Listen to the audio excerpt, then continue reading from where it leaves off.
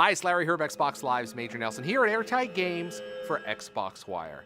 Now, it's always really exciting when you get your hands on a game for the very first time. And today, I got to do just that with Murdered Sole Suspect.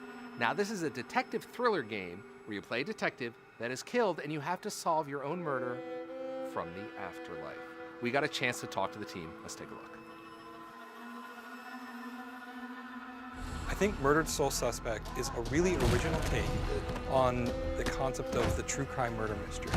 But in the case of our game, what if you died and now you had to solve your own murder?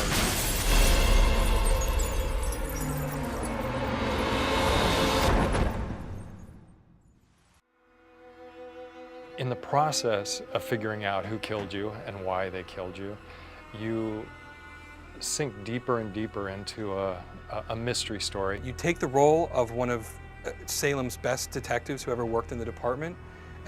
You take away all of his normal natural abilities and you give him these supernatural abilities, and you ask him to find ways to investigate crime scenes in completely new and original ways that only he as a ghost would be capable of. It was interesting when we started developing this game and started asking ourselves, what does it really mean to be a ghost? What is the fantasy of being a ghost? What is it that you want to do as a ghost? When you're walking through the walls, it suddenly becomes both almost exhilarating and freeing, and it also becomes very disorienting. It's incredibly empowering for players, and it's also a huge part of that wish fulfillment of being a ghost, getting to peek into places that you wouldn't get to see otherwise.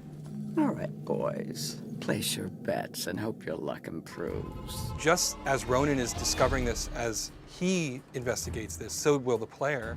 And one of the first things that they discover, and it's probably his most powerful tool, is his ability to possess human beings. And while you can't directly control human beings, you have some really incredible powers over them. You can look through their eyes, you can hear through their ears, you can influence their behavior very slightly, read their thoughts, things of that nature. Ronan, unbelievable. I think the player being a little lost is a good thing. I think it's fun for them to come into a space and go, oh man, I got to figure this out. Because that's what Ronan's thinking as well. If the player comes into the space and goes, oh, I already know all of this, then it's about going through the motions. But if you ask them to make some decisions, force them to do some lateral thinking, that aha moment, once they figure it out, it becomes that much more gratifying. A lot of our prototyping was around how do you make it interesting for the player to do an investigation and come to those conclusions themselves, as opposed to just handing them the exact answer when you manage to gather, 4 different things that you needed. We have a mechanic in the game where you have to take complex thoughts and you have to organize them in a way that'll make sense to the character Ronan. Great example would be you need someone to think about something, or you need someone to move in a particular way, but you can't directly say, hey, move this. You have to basically put a thought into their head. So a witness in one of the crime scenes, she's too distraught to articulate what she saw to a police officer. But your own memory of a conversation that you overheard can be put into her head. And when you do that, it breaks free the data. And so she can think about it, and you get this information in her own thoughts, even though she can't express it verbally.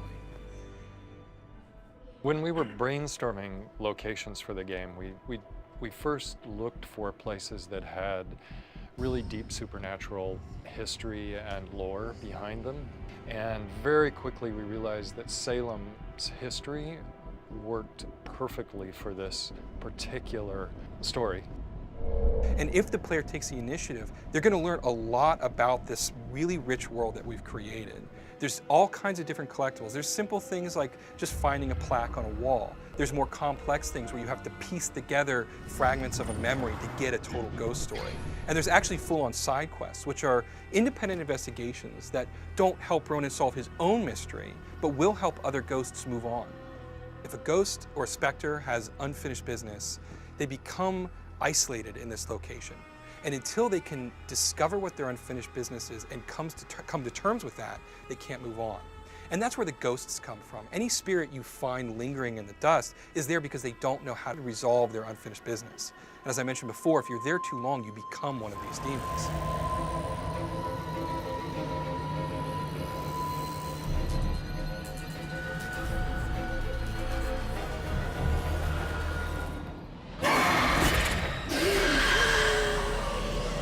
I I think the thing that we're most personally proud of is creating this really rich, complex world.